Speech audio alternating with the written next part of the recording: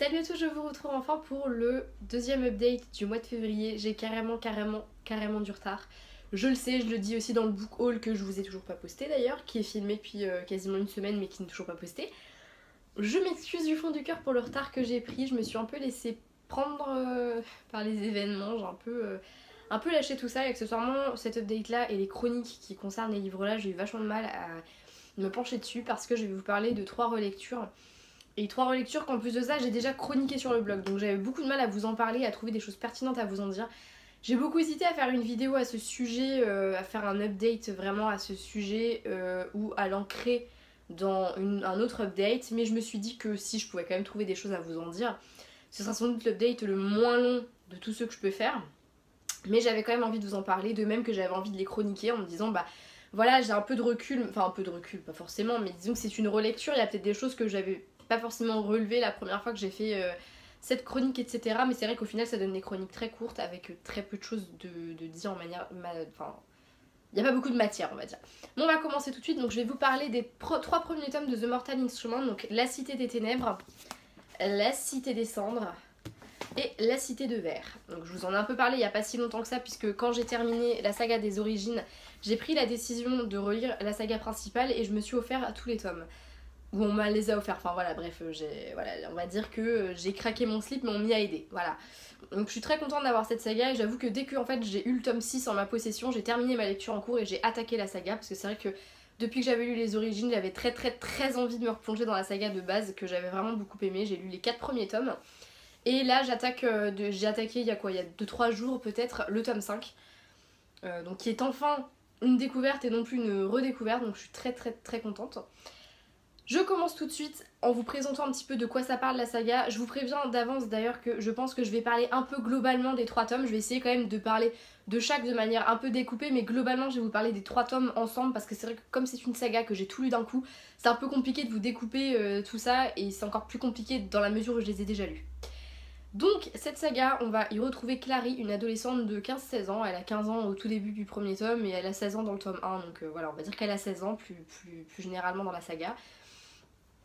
Elle va être témoin d'un meurtre sans trop savoir. Enfin, il se passe tellement de choses bizarres ce soir-là qu'elle a du mal à discerner si c'est pas moitié un rêve ou enfin, si elle a pas un peu imaginé les 3 quarts des choses, parce que bon, quand quelqu'un se fait tuer mais disparaît, qu'il n'y a plus de corps, on peut se poser des questions. Et elle va se rendre compte que le monde tel qu'elle l'imagine n'est pas. Enfin, le monde n'est pas tel qu'elle l'imagine. C'est mieux cette phrase. Je me disais bien, j'avais oublié un mot là-dedans.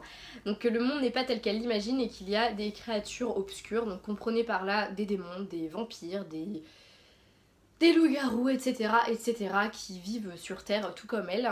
Voilà, des démons qui viennent de dimensions parallèles mais qui peuvent un peu aller dans notre monde aussi. Et un peu pour... c'est un peu la police du monde démoniaque, il y a les chasseurs d'ombre. Et donc c'est eux qu'elle a vu tuer un démon, puisque la personne qui est morte n'était pas une personne, c'était un démon. Voilà. Je m'y prends comme un pied pour résumer ça, pourtant je me suis entraînée à essayer de le résumer parce que je savais pas par où commencer, mais en fait c'est ridicule. Hein. Bref, elle va se retrouver complètement plongée dans un monde qu'elle ne connaît pas, elle va découvrir ses véritables origines, elle va découvrir qu'elle aussi est une chasseuse d'ombre, et voilà, elle va se lier d'amitié avec les chasseurs d'ombre, se lier d'amour avec les chasseurs d'ombre, bref, voilà, il va se passer énormément de choses. On a dans ces 3 tomes une intrigue vraiment très sympa qui commence dans le tome 1 et qui va vraiment s'étendre petit à petit jusqu'au tome 3 et qui est vraiment génial. Le premier tome est un très bon premier tome pour moi, il pose vraiment les bases, je l'aime vraiment beaucoup. En plus il est tout mignon, il est tout beau. Ouh, il est beau mon petit. Voilà, donc il pose vraiment les bases, il nous présente des personnages vraiment sympathiques auxquels on va s'attacher. Il nous montre vraiment les choses. Bah, le fait, de toute façon, c'est un peu le truc à chaque fois qu'on va voir un monde différent du nôtre, on va y rentrer grâce à une héroïne ou un héros qui va entrer dans ce monde également en fait. Donc comme ça nous permet d'avoir les réponses à nos questions, ça nous permet de soulever, enfin voilà, les questions que l'héroïne va soulever dans le cas de Clary. Bah, c'est des questions qui vont nous permettre, nous, de mieux comprendre cet univers-là. Le fait qu'elle n'y connaisse rien dans ce monde, bah, ça permet, voilà, c'est un choix très intelligent des auteurs d'un coup, enfin voilà, de se plonger dans un univers par le biais de quelqu'un qui n'y connaît absolument rien. Ça marche très bien, de toute façon, voilà, il faut le dire, ça marche très bien. Et c'est le cas, on a vraiment un univers entier qui se crée, on n'a pas juste voilà un petit truc tout bidon, l'auteur elle crée vraiment un truc de dingue, ça se voit d'autant plus quand on a lu les origines, quand on sait qu'il y a encore une autre saga qui va sortir, qu'il y a... enfin voilà, The Mortal Instruments c'est très large, il n'y a pas seulement cette saga là, voilà c'est vraiment énorme ce truc, donc je pense que c'est important de... C'est important pour un auteur de savoir créer un univers comme ça et l'auteur le fait très bien.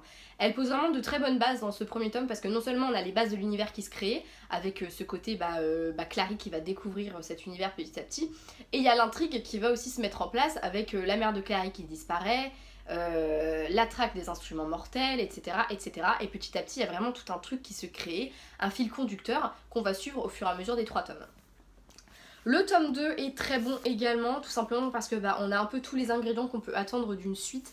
Ce qui est génial avec cette saga, c'est que j'avais beau l'avoir déjà lu, j'avais beau savoir que voilà, il allait se passer ça ou ça, je me suis pas ennuyée pour autant. Au contraire, en fait, il y a tellement d'actions, il se passe tout le temps quelque chose.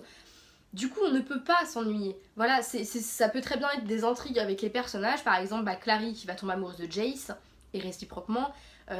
Va aussi avoir la découverte petit à petit de ce monde, donc il peut se passer plein de choses. Il y a des choses qui n'ont rien à voir avec l'intrigue en fait, qui vont s'ajouter, etc. Et l'auteur, elle arrive à tout à fait bien imbriquer ça, tout en suivant son arc de conduite de base. Donc on ne s'ennuie pas. Dans le tome 2, voilà, il se passe vraiment pas mal de choses. Et au final, c'est vrai que en gros, le gros de l'intrigue, donc qui suit donc cette intrigue avec le fameux Valentin, se concentre beaucoup sur la fin généralement. C'est vraiment sur la fin qu'on a l'affrontement entre telle personne et Valentin. Tout au long de l'histoire, on a plusieurs choses qui viennent s'ajouter à l'intrigue Valentin, mais il y a aussi plein d'autres choses qui se passent. On ne suit pas uniquement une intrigue, on a beaucoup plus que ça.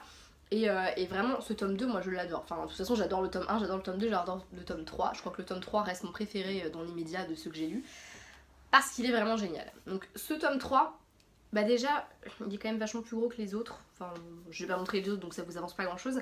Mais il est vraiment top dans la mesure où déjà, on quitte le décor new-yorkais pour rentrer dans le pays des chasseurs d'ombres, puisqu'il y a un pays, en gros, qui n'existe sur aucune carte, Idris, qui est un peu le pays, qui est le pays des chasseurs d'ombres, tout simplement. Et on quitte New York pour rentrer à Idris, et c'était très intéressant. On a vraiment là un petit peu le côté magouille politique des chasseurs d'ombres qui va aussi un peu apparaître dans ce tome-là. Donc il est vraiment très bon, et en plus de ça, et surtout d'ailleurs, on clôt vraiment la première intrigue, donc l'intrigue Valentin, on clôt cet arc de manière géniale. En fait, quand on ferme le tome 3, si on ne sait pas qu'il y a une suite, on ne s'attend pas à ce qu'il y en ait une. Bon, ça s'explique aussi par le fait qu'à la base, il n'y avait que cette première trilogie qui existait en fait, tout simplement, qu'il n'y avait pas, il n'était pas question d'écrire une suite, d'écrire autre chose. Donc ça s'explique aussi pour ça, mais c'est vraiment bien, parce que mine de rien, moi j'aime bien quand les intrigues elles durent pas 3 km en fait, et c'est toujours ce qui me fait peur dans la littérature de jeunesse, c'est que on commence un truc et puis ça se poursuit, ça se poursuit, ça se poursuit, ça se poursuit. 10 tomes après, on est encore à la même intrigue. Là, en 3 tomes, elle commence une intrigue, elle la termine, ça se fait de manière rapide, claire, concise, et en même temps il se passe énormément de choses dedans, ce qui fait qu'on n'a pas du tout l'impression qu'il y a une semaine de temps qui s'est passé entre les deux. Au contraire, on voit bien que c'est quelque chose qui prend du temps et qui se passe beaucoup de choses. Il y a quand même une grande bataille dans le tome 3 qui est quand même assez vite torchée quand on y réfléchit, mais qui est quand même génial. Et j'ai vraiment beaucoup aimé ce tome 3, notamment parce que je pense que c'est dans celui-ci qu'on découvre le plus de personnages, et des personnages qui prennent beaucoup d'importance au fur et à mesure de l'histoire. Voilà, je l'ai vraiment trouvé très très très très bien, surtout parce que également il répond à toutes nos questions. Quand on termine le tome 3, on n'a pas 12 000 questions en tête. Voilà, on se dit oui, voilà, il y a ça, on arrive à tout s'expliquer, tout s'emboîte parfaitement, et personnellement, dans l'immédiat, le tome 3, il reste vraiment mon préféré. Mais globalement, je dois dire que cette saga est une saga que j'idolâtre, voilà, c'est vraiment la saga de mon cœur. Le fait d'avoir lu les origines m'a vraiment redonné envie de lire cette saga, et je suis très contente de m'être plongée dedans parce que là, il me reste en gros un tome 3/4, puisque il me reste le tome 6 à lire et j'ai lu un bon quart, je pense, du tome 5. Et j'aime toujours autant la série. Je sais pas, je saurais même pas vous dire pourquoi je l'aime autant, mais pour moi c'est vraiment l'univers qui est créé, qui est vraiment génial. Elle le fait très bien, l'auteur. Et voilà, mais de toute façon je vous en parlerai plus parce que j'ai prévu de faire une saga du mois au sujet de The Mortal Instruments, donc pas tout de suite, je sais plus quand je l'ai prévu, mais bon, c'est pas pour tout de suite. Mais toujours est-il que c'est vraiment une saga que j'adore et que je vous conseille vraiment vivement. Notamment les 3 premiers tomes qui pour moi sont vraiment les meilleurs, mais après comme je vous dis j'ai lu le tome 4 et le début du 5, donc voilà, après Voilà, les origines c'est pareil, ils sont géniaux. Enfin voilà, de toute façon pour qu'ils me donnent envie de relire la saga principale et vraiment de me relancer. Parce qu'à la base, moi je pensais juste lire le tome 5 et 6. Je pensais pas tout me refaire la saga. En fait si, je me suis tout refait. Voilà, hein, et j'en suis très contente d'ailleurs. Mais voilà, donc je vais m'arrêter là. Comme vous le voyez, c'est que sans doute le plus court des updates, le fait d'en parler de manière un peu condensée. C'est très compliqué pour moi de vous parler de quelque chose dont je vous ai déjà parlé. Voilà, déjà les chroniques, j'ai eu un mal fou à les écrire, mais là c'est pareil, je peux juste vous dire que c'est un univers que j'adore, que les personnages sont géniaux, que l'auteur présente bien les choses, qu'on ne s'ennuie pas, il y a énormément d'action, il se passe plein de choses, on a un début, une fin, et ça j'adore. Voilà, je vous le conseille vivement, et voilà, moi j'adore cette saga. Que puis-je vous dire de plus? J'adore cette saga. Sur ce, je vous fais des bisous, j'arrête de faire n'importe quoi, et puis je vous dis à une prochaine.